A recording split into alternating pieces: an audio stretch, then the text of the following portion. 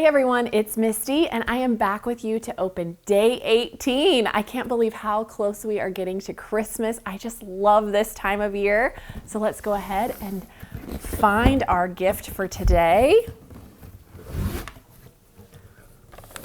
There we go, right on top. This was an easy one.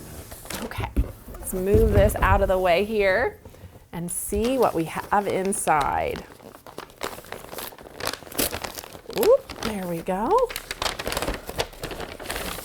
Okay, oh my goodness, how cute is this? So it looks like we have a winter stardust puzzle, and it comes in a little matching zipper pouch, which is so fun. It says it is 400 pieces in this puzzle, and it finishes at 20 inches square. I love puzzles, especially this time of year, so this is gonna be so much fun to do with my family. And it looks like if you want to make your very own winter stardust quilt, there's a pattern for this.